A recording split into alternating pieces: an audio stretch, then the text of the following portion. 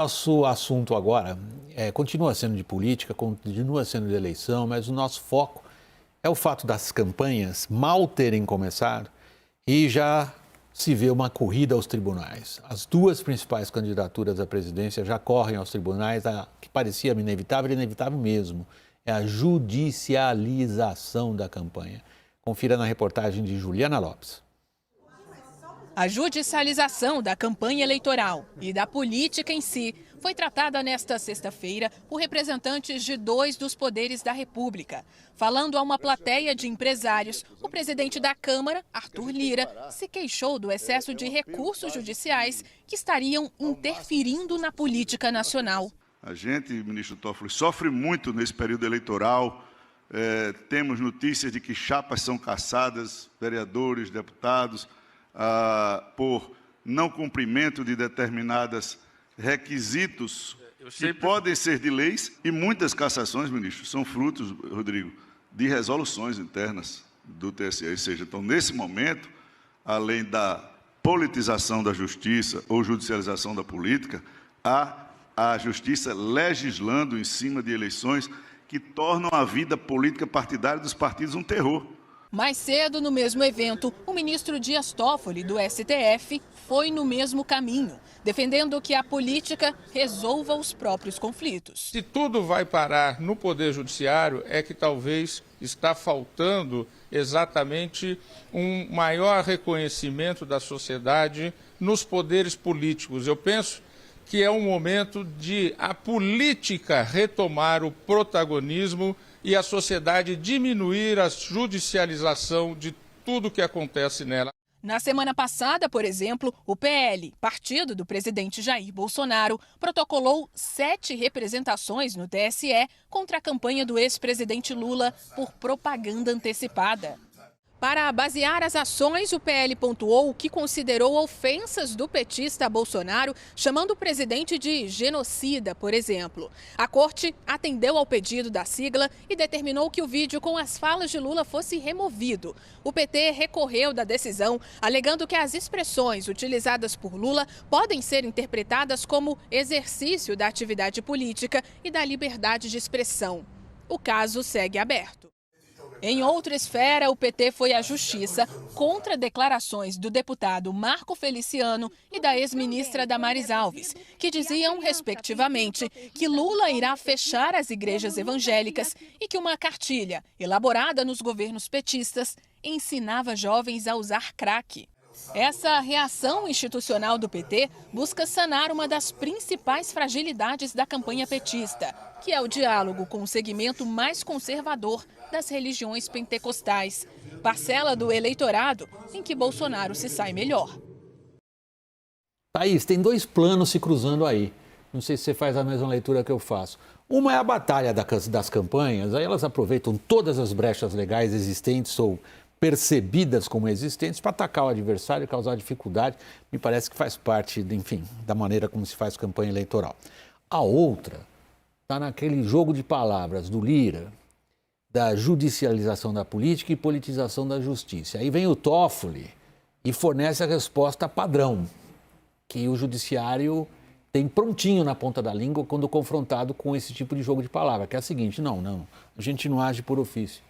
A gente age ou na lacuna do legislativo, que ele disse nessas palavras, ele falou sociedade, ele estava pensando no Congresso, ou a gente tem que ver que é parte do trabalho do legislativo que não cumpriu, que nós estamos tendo que cumprir, porque o Lira se queixa. O judiciário está legislando sobre as eleições. A discussão está em ovo a galinha? Um pouco, William. De fato, são duas discussões que, ao meu entender, são completamente diferentes. A judicialização durante o período eleitoral, ela não é inédita, não será a primeira nem a última vez. E hoje, em alguns aspectos, ela é, na minha avaliação, crucial, justamente para aquele debate que a gente estava tendo no bloco anterior sobre fake news, por exemplo. As campanhas terão que acionar o Tribunal Superior Eleitoral para dizer, olha, isso aqui é fake news. Então, peçam, por favor, para isso ser derrubado, ser tirado do ar. Acho que isso é uma questão. E aí a gente tem a judicialização da política ou a politização do judiciário, como queiram chamar. E a gente entra muito no debate que o presidente Jair Bolsonaro gosta de fomentar, que é o fato de ele não conseguir governar por causa do Supremo Tribunal Federal. Mas, de fato, se a gente olhar os últimos anos, a quantidade de ações propostas por parlamentares contra decisões do próprio Legislativo são imensas. Então, há uma discussão aí que eu, no fim das contas, acabo tomando um pouco de lado, meio que repetindo o que diz o ministro Dias Toffoli, que há, sim, um erro de mecanismo. A própria política aciona muito o Supremo Tribunal Federal para decidir coisas que ela não conseguiu decidir no âmbito do Legislativo, William. O Toffoli foi cauteloso ali naquela declaração dele, ali naquela última que a gente mostrou, Yuri, quando ele diz assim, a política tem que retomar o seu papel. Ele está dizendo, não vem se queixar de nós, façam você o trabalho de vocês. Ele tem razão. Em parte tem. E aí, William, quando a gente vê algumas decisões que o Supremo tomou no passado recente, que poderiam ter sido tomadas pelo Congresso Nacional e o Congresso se furtou a tomar. Por exemplo, a discussão sobre aborto em casos de anencéfalos, para citar alguns dos casos, e que o Supremo passou a tomar para si como um ativo. E aí a grande questão é que isso trouxe um ônus também, que é esse excesso de judicialização por demandas que não andam no Legislativo. E é isso que a gente vê essa queixa ser bastante recorrente. De novo, como a Thaís disse, não é de hoje que os ministros do Supremo se queixam de serem acionados. O problema é que passaram a ser acionados até por questões triviais que deveriam ser resolvidas ou no âmbito do Congresso ou nessa relação entre Congresso e Executivo. Deixa eu pôr um ponto aqui bastante delicado, no qual a Raquel tem uma obra de destaque, um livro que a Raquel escreveu, o Why Not, que trata da corrupção do sistema político e da corrupção, da cooptação dos grandes grupos empresariais em troca de favores e de corrupção pura e simples. Hoje, nesse evento que abriu a nossa edição, se falou muito da destruição da economia brasileira pela criminalização da política e de algumas empresas. Em outras palavras, o sujeito oculto ali, ou melhor, o alvo oculto ali, era a Lava Jato. E ali houve uma clara convergência entre os presidentes das casas legislativas, o próprio ministro Toffoli, o Ciro Nogueira, dizendo assim, não, agora acabou a criminalização da política, está na hora dela voltar a trabalhar e as empresas também não mais serão criminalizadas.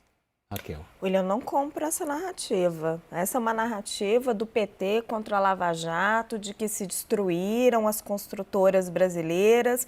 Eu não compro essa narrativa pelo seguinte, o modus operandi, o modelo de negócios de boa parte das construtoras brasileiras, ele era baseado na corrupção. Elas só se mantinham, só conquistavam os negócios, só conseguiam gerar lucro porque elas já embutiam a corrupção ali. A competitividade delas não era verdadeiramente genuína.